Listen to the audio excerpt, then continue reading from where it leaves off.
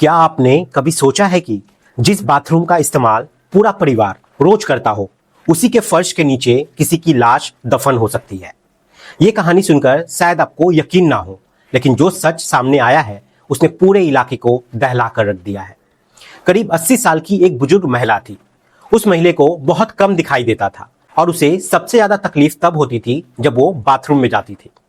Bathroom में जो Indian seat थी वे लगभग 2 फुट ऊंची थी, इसलिए वो महिला दीवार का सहारा लेकर धीरे धीरे उस टॉयलेट तक पहुंचती थी। जब वे बैठती थी तो कई बार गिर जाती थी और गिरने के बाद वे आवाज लगाकर अपनी पोती या फिर अपनी बहू रूबी को बुलाती थी और कहती थी, मैं गिर गई हूं, मुझे यहां से उठाकर ले जाओ। लगभग रोज उसे यही परेशानी होती थी। एक दिन उसने अपनी बहू रूबी से कहा, बेटा मैं बाथरूम में बार बार गिर जाती हूँ, मुझे बहुत तकलीफ होती है, इस बाथरूम को तुम प्लेन क्यों नहीं करवा देती। जैसे ही बहू ने ये बात सुनी, उसने कहा, ठीक है, मैं इसे प्लेन करवा दूंगी। और ये जो बहू रूबी थी वो भी इसी चीज का इंतजार कर रही थी कि कब ये काम करवाया जाए। आखिरकार एक दिन एक व्यक्ति को 400 रुपए दिए गए, मिट्टी मंगाई गई और बाथरूम को भरकर प्लेन कर दिया गया। इसके बाद जब वो 80 साल की बुजुर्ग महिला बाथरूम का इस्तेमाल करने लगी तो उसे कोई परेशानी नहीं हुई। एक दिन उसने अपनी बहू को प्यार से कहा, बहू तुम तो बिल्कुल बेटे की तरह काम करती हो। मेरा बेटा तो इतना नालायक है कि मेरी बात भी नहीं सुनता, लेकिन तुम बहुत अच्छी हो। अब उस बाथरूम का इस्तेमाल परिवार के सभी सदस्य आराम से करने लगे। किसी को कोई परेशानी नहीं थी, लेकिन इस परिवार को बिल्कुल भी अंदाजा नहीं था कि उसी बाथरूम के अंदर एक लाश भी दफन की जा चुकी है। लाश दफन होने के बाद किसी को इसकी भनक तक नहीं लगी। सभी लोग उसी बाथरूम का इस्तेमाल करते रहे, लेकिन जब एक दिन वो राज सामने आया तो सिर्फ उस परिवार में ही नहीं बल्कि पूरे इलाके में सनसनी फैल गई। अखबारों और सोशल मीडिया के जरिए जब लोगों को ये खबर मिली तो हर कोई यही सोचने लगा कि आखिर बिना किसी बड़ी वजह के किसी की हत्या कैसे कर दी जा सकती है। अब इस कहानी को समझने के लिए हमें थोड़ा पीछे जाना होगा। 25 मई 2026 की सुबह लगभग 10 बजे का समय था। उत्तर प्रदेश के आगरा जिले के सिकंदरा थाने में रूबी शर्मा नाम की एक महिला अपने जेठ अनिल शर्मा के साथ पहुंची। उसने थानेदार से कहा कि उसका पति सुरेंद्र शर्मा कई दिनों से लापता है। उसे हर जगह तलाश लिया गया, रिश्तेदारों से भी पूछ लिया गया, लेकिन उसका कोई अता पता नहीं चला है। अब पुलिस ने गुमशुदगी की रिपोर्ट दर्ज कर ली, लेकिन इसके बाद मामले में कोई खास दिलचस्पी नहीं दिखाई गई। परिवार वाले लगातार सुरेंद्र शर्मा की तलाश करते रहे। सुरेंद्र शर्मा की उम्र लगभग 44 साल थी। सुरेंद्र शर्मा की बीवी यानी कि रूबी, उन्होंने पुलिस को बताया था कि 19 मई 2026 की सुबह करीब 9 या 10 बजे वे 5000 लेकर घर से निकला था। वे शराब पीने का आदी था और तभी से लापता है। समय इधर बीतता गया, धीरे धीरे पूरे 44 दिन गुजर गए। इसके बाद सुरेंद्र शर्मा का बड़ा भाई अनिल शर्मा अपनी मां को लेकर राजस्थान के भरतपुर स्थित बैंक ऑफ बड़ौदा पहुंचता है। वहां वो जानना चाहता था कि मां की पेंशन क्यों नहीं आ रही है। जब बैंक में पासबुक को अपडेट कराई गई तो बैंक कर्मचारियों ने बताया कि पेंशन तो समय पर ही आ रही है, उसमें से पैसे भी निकाले जा रहे हैं। यह सुनकर अनिल शर्मा हैरान रह गया। वजह यह थी कि मां की पेंशन का कुछ हिस्सा बड़ा भाई रखता था और बाकी हिस्सा छोटा भाई सुरेंद्र रखता था, जो कि लापता था। ऐसे में उसके हिस्से के पैसे कौन निकाल रहा था, यही सवाल अनिल शर्मा को अब परेशान करने लगा। 2 जुलाई 2026 की शाम लगभग 6 से 7 बजे के बीच अनिल शर्मा अपनी भाभी रूबी शर्मा के पास पहुंचा। उसने कहा, मुझे तुमसे सिर्फ 2 सवाल पूछने हैं, दोनों का ईमानदारी से जवाब देना। पहला सवाल था, मां की पेंशन आखिर जा कहां रही है, और दूसरा सवाल था, मेरा भाई कहां है, वे अभी तक लापता क्यों है। यह सुनते ही रूबी पूरी तरह खामोश हो गई। उसके मुंह से एक भी शब्द नहीं निकले। अनिल शर्मा काफी देर तक उसके जवाब का इंतजार करता रहा।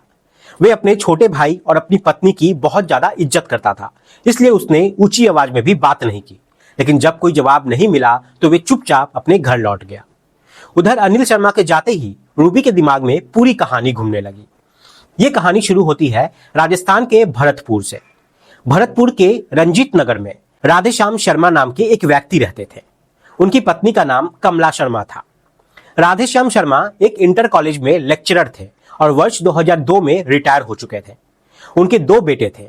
बड़े बेटे का नाम अनिल शर्मा और छोटे बेटे का नाम सुरेंद्र शर्मा, जो कि इस वक्त लापता है। कुछ समय बाद परिवार ने फैसला किया कि अब ये राजस्थान छोड़कर उत्तर प्रदेश के आगरा में बसेंगे। इसके बाद पूरा परिवार आगरा आ गया और सिकंदरा थाना क्षेत्र की रेणुका धाम कॉलोनी में मकान बनाकर रहने लगे। साल 2012 में राधेश्याम शर्मा का निधन हो गया। इसके बाद उनकी पेंशन उनकी पत्नी कमला शर्मा के नाम से आने लगी। छोटे बेटे सुरेंद्र शर्मा की शादी वर्ष 2010 में रूबी नाम की एक महिला से हुई थी। वर्ष 2014 में उन्होंने अपना नया मकान बनवाया और उसी में वे रहने लगे। वर्ष 2013 में उनके घर एक बेटी का जन्म हुआ जिसका नाम प्राची रखा गया। फिर 2017 में दूसरी बेटी हुई जिसका नाम सिद्धि रखा गया। सुरेंद्र अलग अलग तरह के काम करता था। कभी डिलीवरी बॉय की नौकरी करता, कभी मजदूरी करता और कभी किसी प्राइवेट कंपनी में काम कर लेता। लेकिन इन कामों से परिवार का खर्चा ठीक से नहीं चल पाता था। पिता की पेंशन से भी घर का खर्च जो है वो चलता था। दोनों भाइयों में आपसी समझ थी कि बड़े भाई को 10,000 मिलेंगे और बाकी रकम छोटे भाई के हिस्से में आ जाएगी। माँ छोटे बेटे सुरेंद्र के साथ रहती थी। उसी घर में सुरेंद्र, अपनी पत्नी रूबी, दोनों बेटियां और अपनी माँ समेत सब साथ रहते थे। शुरुआत में किसी को कोई शिकायत नहीं थी, लेकिन घर की आमदनी बढ़ाने के लिए रूबी ने महिलाओं के कपड़े सिलने का काम शुरू कर दिया। सिलाई से होने वाली कमाई से भी घर का खर्च चलने लगा। दूसरी ओर समय के साथ सुरेंद्र ने काम करना लगभग छोड़ दिया। वे घर पर रहने लगा और शराब पीने का आदी हो गया। समय बीतने के साथ सुरेंद्र की शराब की लत और बढ़ती गई। बिना शराब के उसे नींद तक नहीं आती थी। जिस दिन शराब नहीं मिलती उस दिन वो नींद की गोलियां खाए बिना सो भी नहीं पाता था। पत्नी रूबी जब इसका विरोध करती तो सुरेंद्र उसके साथ मारपीट करने लगा। उधर दोनों बेटियां भी बड़ी हो रही थी। घर की आमदनी लगातार कम होती जा रही थी और खर्च बढ़ने लगे थे। माँ की पेंशन और रूबी की सिलाई से ही होने वाली कमाई के सहारे ये घर किसी तरह चल रहा था। कुल मिलाकर घर की आर्थिक स्थिति बिगड़ने लगी थी। फिर तारीख आती है 18 मई 2026 की रात। उस दिन भी सुरेंद्र ने रूबी के साथ मारपीट की थी।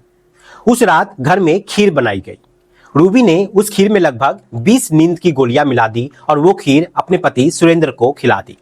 सुरेंद्र ने खीर खाई और आराम से जाकर लेट गया। अगली सुबह जब उसकी आंख खुलने का समय हुआ तो उसे उठाने की कोशिश की गई, लेकिन वो बोलने की स्थिति में यहाँ पे नहीं था। वे जिंदा था या मर चुका था ये स्पष्ट नहीं था, लेकिन वो किसी तरह की प्रतिक्रिया नहीं दे रहा था। ऐसी स्थिति में रूबी ने अंदाजा लगा लिया कि शायद उसकी मौत हो चुकी है। इसके तुरंत बाद उसने अपने जेठ अनिल शर्मा को फोन किया और कहा कि उसे तुरंत घर आना पड़ेगा।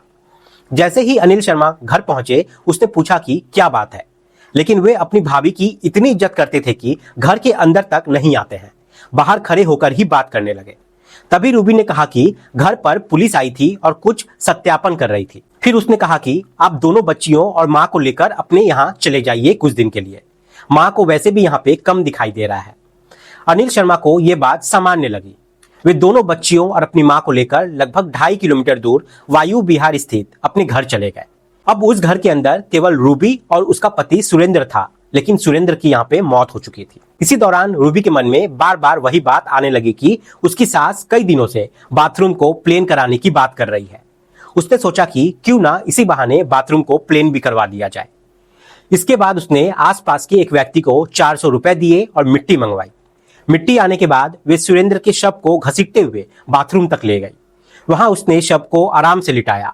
इसके बाद उसने नमक का इंतजाम किया और शव के ऊपर काफी मात्रा में नमक डाल दिए। फिर उसने खुद ही मिट्टी डालकर पूरे गड्ढे को भर दिया और बाथरूम को समतल कर दिया। अगले दिन यानी 19 मई 2026 की सुबह उसने एक राजमिस्त्री को बुलाया। राजमिस्त्री के आने पर उसने कहा कि इस बाथरूम को पूरी तरह प्लेन कर दो। राजमिस्त्री ने अपना काम कर दिया, लेकिन उसे बिल्कुल भी अंदाजा नहीं था कि जिस जगह वो फर्श बना रहा है उसके नीचे एक लाश दफन है। उसने अपनी मजदूरी ली और वहां से चला गया। लगभग 2 दिन बाद बाथरूम पूरी तरह सूख गया और दोबारा इस्तेमाल होने लगा। किसी को इस बात का जरा भी एहसास नहीं हुआ कि उसके नीचे एक इंसान दफन की जा चुकी है। इसके बाद रूबी ने अपने जेठ अनिल शर्मा को फोन किया और कहा, तुम्हारा भाई 19 मई की सुबह से लापता है। वे 5,000 लेकर घर से चला गया है और शराब पीने की जिद कर रहा था। मैंने उसे डांट दिया था तो हम दोनों के बीच मारपीट भी हुई थी।